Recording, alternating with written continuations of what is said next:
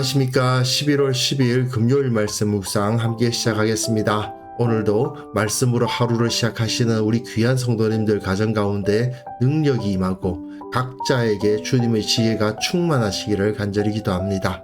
오늘 본문은 히브리서 7장 1절에서부터 10절까지 말씀이고요.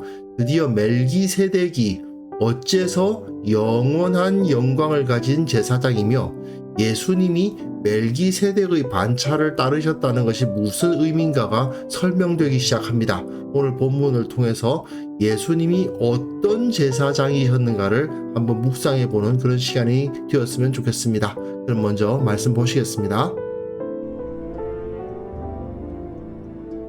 이 멜기세덱은 살렘 왕이요 지극히 높으신 하나님의 제사장이라. 여러 왕을 쳐서 죽이고 돌아오는 아브라함을 만나 복을 빈 자라. 아브라함이 모든 것의 10분의 1을 그에게 나누어 주니라. 그 이름을 해석하면 먼저는 의의 왕이요 그 다음은 살렘 왕이니 곧 평강의 왕이요 아버지도 없고 어머니도 없고 족보도 없고 시작한 날도 없고 생명의 끝도 없어 하나님의 아들과 닮아서 항상 제사장으로 있느니라. 이 사람이 얼마나 높은가를 생각해보라. 조상 아브라함도 노략물 중 10분의 1을 그에게 주었느니라. 레위의 아들들 가운데 제사장의 직분을 받은 자들은 율법을 따라 아브라함의 허리에서 난 자라도 자기 형제인 백성에게서 10분의 1을 취하라는 명령을 받았으나 레위 족보에 들지 아니한 멜기세덱은 아브라함에게서 10분의 1을 취하고 약속을 받은 그를 위하여 복을 빌었나니 논란의 여지 없이 낮은 자가 높은 자에게서 축복을 받느니라. 또 여기는 죽을 자들이 10분의 1을 받으나 저기는 산다고 증거를 얻은 자가 받았느니라. 또한 10분의 1을 받는 레위도 아브라함으로 말미암아 10분의 1을 바쳤다고 할 수 있나니 이는 멜기세덱이 아브라함을 만날 때 레위는 이미 자기 조상의 허리에 있었음이라. 이제 예수님께서 멜기세덱의 반차를 따르는 대제사장이시다라는 설명이 본격적으로 시작이 되는 겁니다. 사실은 4장 14절에서부터 5장 10절까지 히브리서 기자가 예수님이 참 대제사장이시고 멜기세덱의 반차를 따르신다라고 선언을 했는데 설명을 바로 하지를 못하고 중간에 경고와 축복의 말이 껴들어갔죠. 이 멜기세덱 이야기를 과연 이 친구들이 알 것인가 하는 의심이 들다 보니까 공부 좀 해라. 열심히 공부하고 우리가 성장해야 되지 않겠니? 그런 잔소리도 좀 하고 하지만 또 그렇게 경고만 해서는 안 되니까 하나님께서 우리를 구원하셨다. 우리를 사랑하신다. 변함없는 하나님의 약속이 있다. 이런 이야기를 하고 나서 이제 설명으로 이제서야 들어가는 거죠. 사실 5장 10절에서 그 다음에 바로 7장 1절로 가도 내용상의 흐름은 문제가 없죠. 자, 멜기세덱은 살렘 왕이요 지극히 높으신 하나님의 제사장이다 라고 선언하는데 이거는 창세기 14장에 나와 있는 말씀을 그냥 그대로 제시한 겁니다. 살렘 왕 멜기세덱이 떡과 포도주를 가지고 나왔으니 그는 지극히 높으신 하나님의 제사장이었더라. 창세기에 그대로 나와 있죠. 그러면서 여러 왕을 쳐서 죽이고 돌아오는 아브라함을 만나 복을 빈 사람이다 라고 되어 있죠. 아브라함이 그돌라오멜과 그와 함께한 왕들을 쳐부수고 돌아올 때에 아브라함이 살고 있을 때에 큰 전쟁이 났는데 큰 나라 4나라와 작은 나라 5나라가 각각 연합군을 형성해가지고 싸움이 벌어졌는데 큰 나라 4나라가 이겼어요. 이 전쟁이 벌어지니까 그 주위의 여러 나라들이 큰 피해를 입게 되었습니다. 그 피해를 입은 왕 중에서 소돔은 패배한 나라입니다. 그 소돔의 왕이 아브라함에게 나와서 그를 영접하는 모습을 볼 수 있고요. 그 반대편에는 살렘의 왕이었던 멜기세덱이 떡과 포도주를 가지고 아브라함을 영접하러 나왔다고 되어 있는 거죠. 그런데 아브라함은 모든 것의 10분의 1을 그에게 나누어 주니라고 되어 있습니다. 멜기세덱에게 11조를 바쳤다는 거예요. 역시 창세기 14장에 나와 있는데요. 20절에 보시면 아브라함이 그 얻은 것에서 10분의 1을 멜기세덱에게 주었다라고 되어 있습니다. 11조를 바쳤다는 것이죠. 히브리서 기자는 이렇게 창세기의 내용을 아주 요약해서 말해준 다음에 그 이름을 해석하면 이제 해석이 들어갑니다. 먼저는 의왕이요. 멜기세덱이란 말은 멜기 하면 멜레크 해서 왕이란 뜻이고요. 체덱 하면 차디크, 체데크 하면 의란 뜻입니다. 그래서 멜기세덱이라는 이름 자체가 의의 왕이다, 그런 뜻입니다. 그리고 그가 다스리고 있던 땅의 이름은 살렘이에요. 살렘은 평화란 뜻이죠. 그러니 이 멜기세덱은 의의 왕이며 평강의 왕이었다라고 주장을 합니다. 그런데 왕이었는데 어떤 사람이었습니까? 지극히 높으신 하나님의 제사장이었잖아요. 왕이면서 제사장인 분이 나타나는 거죠. 또한 여기서 아버지도 없고 어머니도 없고 족보도 없고 시작한 날도 없고 생명의 끝도 없다. 하나님의 아들과 닮아서 항상 제사장으로 있느니라. 항상 제사장으로 있다, 이 표현은 시편 110편의 표현입니다. 영원한 제사장이라. 멜기세덱의 서열을 따라 영원한 제사장이라고 되어 있잖아요. 멜기세덱은 어디서 튀어나왔는지 모르겠는데 아주 짧게 언급되어 있죠. 그 사람의 족보에 대해서도 아는 바가 없고 언제 태어났으며 언제 죽었는지도 알 수 없어서 이 사람은 영원한 제사장이었다는 겁니다. 영원한 제사장, 항상 제사장. 이 사람은 언제 죽었는지를 알 수 없는, 그에게 죽음이 있었다고 말할 수도 없는 그런 제사장이다, 이렇게 설명을 하는 거예요. 근데 이 사람이 얼마나 높은가를 생각해보라. 멜기세덱이 높다는 겁니다. 그런데요, 사실 창세기를 읽어보면 멜기세덱은 그 전쟁에 휘말려 가지고 이 살렘이라는 곳이 큰 피해를 입었는데 아브라함이 그돌라오메를 이김으로 인해서 구원을 받았어요. 즉 누가 살렘을 구원했느냐? 아브라함이 구원했어요. 멜기세덱은 망한 나라 또는 큰 피해를 입은 나라의 왕이었을 뿐입니다. 그런데 이 아브라함이 노량물 중 10분의 1을 그에게 주죠. 11조를 바쳤다는 겁니다. 히브리서 기자는 바로 이 사실에 주목해요. 레위의 아들들 가운데 제사장의 직분을 받은 자들은, 즉 레위의 계보, 아론의 후손들로서 제사장이 된 사람들을 한번 생각해봐라. 그 사람들은 율법을 따라 아브라함의 허리에서 난 자가 아니냐. 그럼에도 불구하고 자기 형제인 백성에게서 10분의 1을 취하라는 명령을 받았으니 사실상 아브라함의 허리에 난 자기 형제들 아니냐. 결국 12형제들 중에 한 사람일 뿐이고 아론이 다른 이스라엘 백성에 비해서 뭐 대단히 높을 것이 있느냐. 그럼에도 불구하고 제사장의 직분을 맡았기 때문에 10분의 1을 취할 수 있는 명령을 받을 수 있었다. 그런데 멜기세덱은 아브라함에게서 10분의 1을 취하고 약속을 받은 그를 위하여 복을 빌었다. 아브라함이 높습니까? 레위가 높습니까? 아브라함이 당연히 높죠. 레위의 할아버지 아닙니까?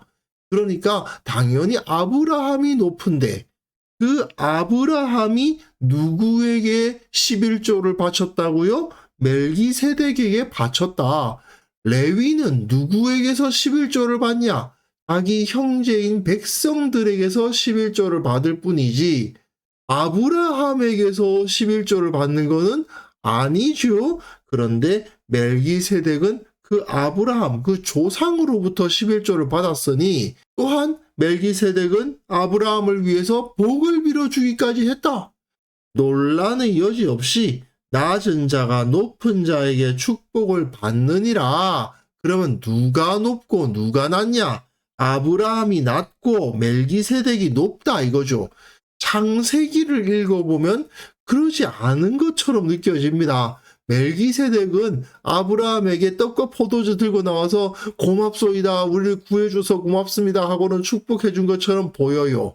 하지만 히브리서 기자가 볼 때에는 분명 인간적인 기준으로 보았을 때는 멜기세덱이 아브라함보다 낮고 그 앞에서 감사를 표현하고 있고 그 앞에서 고개를 숙이는 것처럼 보이기는 합니다마는 낮은 자가 높은 자에게서 축복을 받는 거다.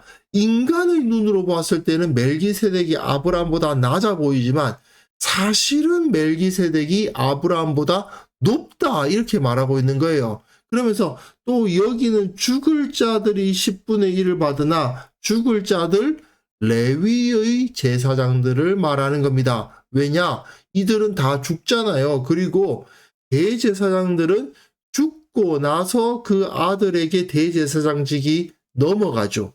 그런데 저기는 산다고 증거를 얻은 자가 받았다는 겁니다. 멜기세덱은 언제 죽었는지 알 수가 없고 영원한 제사장이니까 이 사람은 죽었다고 말할 수가 없지 않느냐 그 말이죠. 물론 멜기세덱이 영생을 누리고 있다는 뜻이 아니고요. 멜기세덱이 죽었다는 말이 없다.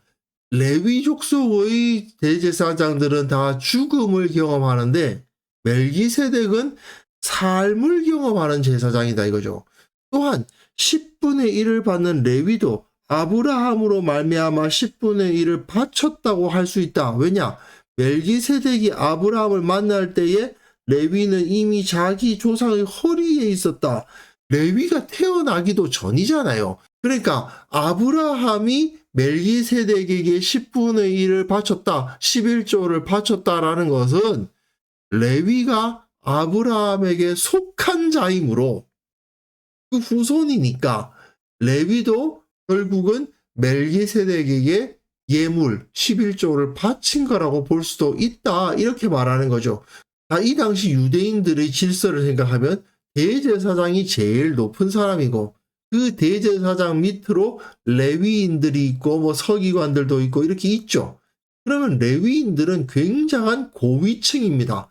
그런데 이 고위층의 사람들은 백성들로부터 11조를 받아서 그 11조를 가지고 살아요.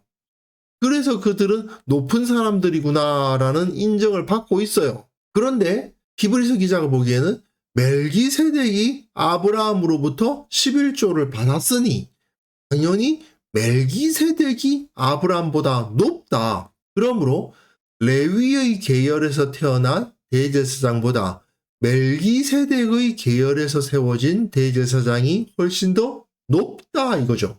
히브리서 기자가 가르친 이 가르침 안에 복음의 역설이 드러나고 있어요. 멜기세덱은 한번 창세기 읽어보세요. 모세 오경에서 거의 비중이 없어요. 그야말로 이 14장에 아주 잠깐 등장하고 사라진 사람입니다. 큰 군사력을 가졌던 왕이 아닙니다. 살렘은 그돌라오멜의 그 군대 앞에 벌벌 떨어야 했던 나라입니다. 그리고 다른 나라들의 전쟁에 휩쓸려 가지고 큰 나라에 굴복해야 했던 패배한 성읍의 왕이에요. 하나님의 제사장이라고는 하는데 대체 어떻게 이 사람이 제사장이 되었는지도 불분명합니다. 그런데 승리자인 아브라함이 그돌라오멜이라는 그 당시 강력한 나라들을 다 치고 롯을 구출하고 그리고 그 가운데에서 전리품을 얻었던 그 아브라함이 이 멜기세덱에게 11조를 바쳤다는 거죠. 그리고 시편은 이런 비중 없는 존재를 영원한 제사장이라고 칭송하고 있습니다. 묘하지 않습니까? 인간적인 눈으로 보았을 때는 멜기세덱은 정말 nothing입니다. 아무것도 아닌 사람이에요. 그런데 히브리서 기자는 그렇지 않다. 정말 아무것도 아닌 존재로 보이지만 멜기세덱이야말로 아론의 자손 대제사장보다 훨씬 더 높은 진정한 대제사장이다라고 인정하고 있어요. 사실 생각해보면 예수님도 마찬가지죠. 대단한 집안에서 나신 분 아니지 않습니까? 그렇다고 강력한 권세를 누리셨습니까?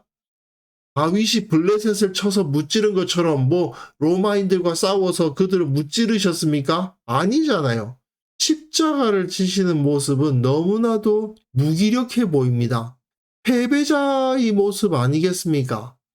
그렇다고 해서 이분이 집안이 너무나도 좋아서 대제사장 집안에서 태어나시기라도 했습니까? 그것도 아니에요. 인간적인 눈으로 봤을 땐 그야말로 아무것도 없는 분이죠. 하지만 예수님은 그 아무것도 없는 자리에 오셨으나 십자가를 통해서 승리하시고 온 땅 위에 가장 높으신 이름을 가지시게 되었습니다. 우리 인간의 사고와는 완전히 다른 하나님의 가치관인 거죠. 예수님이 그야말로 아무것도 아닌 존재이셨음에도 불구하고 온 세상을 다스리시는 분이 되셨습니다. 십자가는 패배의 상징이 아니라 승리의 상징이 되기까지 했습니다. 이게 어떻게 가능했습니까? 예수님의 제자들이 세상 사람들이 추구하는 방식으로 승리하고 영광을 얻고 부해지고 높아졌기 때문에 이런 일이 벌어졌습니까? 아니죠. 오히려 세상 사람들이 보기에는 비참한 패배인 그 십자가를 지는 삶을 선택함으로써 이런 놀라운 일이 일어난 것입니다. 우리가 세상적인 기준을 따라서 세상을 이기려 하게 되면 패배하게 됩니다. 그러나 세상이 보기에는 패배처럼 보인다 하더라도 하나님의 가치관을 따르기를 선택한다면 결국 승리하게 된다. 이 사실을 우리는 반드시 믿음으로 붙잡아야 됩니다. 멜기세덱, 그야말로 아무것도 아닌 것 같은 사람이었으나 이렇게 그 영광이 조명을 받는 것처럼 우리의 인생도 똑같은 모습으로서 하나님 앞에 영광을 누릴 수 있을 것입니다. 예수님을 패배자로 여기고 예수님을 무시하는 자들, 그들 위에 예수님을 따르고 예수님처럼 살기를 결단하는 사람들의 영광이 나타나게 될 것입니다. 그래서 이 시간 함께 기도하실 때에는요, 예수님만이 나의 유일한 지도자시다. 내가 오직 주님만을 붙들고 내 인생을 살아가겠노라 결단하는 시간 가졌으면 좋겠고요. 우리 모든 성도들이 세상적인 기준을 버리고 하나님의 기준을 따라서 살아가게 하옵소서. 함께 기도하는 시간 가졌으면 합니다.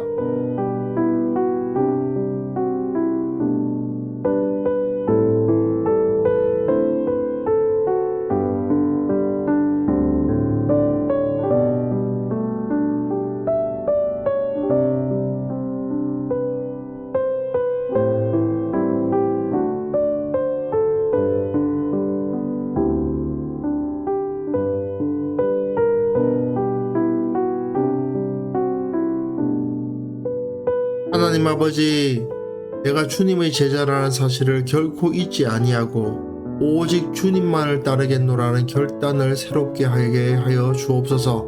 흔들리지 않는 신앙으로서 주님의 뒤를 따르게 하여 주옵소서.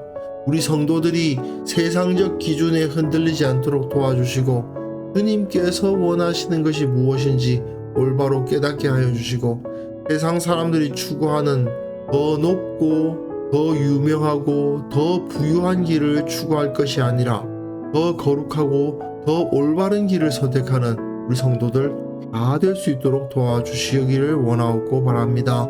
아버지, 한국 교회가 세속적으로 번영하기를 꾀할 때 참으로 세상 앞에서 패배자가 되었던 것을 기억합니다. 우리가 거룩한 공동체를 세워나갈 수 있도록 도와주옵소서. 한국 교회를 불쌍히 여겨주시고 주님의 능력 온전히 드러내는 그러한 거룩한 공동체 만들어 주옵소서. 아버지 하나님, 오늘 하루 예수님의 그 뒤를 따르는 삶으로서 우리가 살아가기를 원합니다. 매 순간 주님의 마음을, 주님의 모습을 기억하며 오늘 하루도 우리로 하여금 참된 승리를 누리게 하여 주옵소서. 감사드렸고 예수님의 이름으로 기도합니다. 아멘.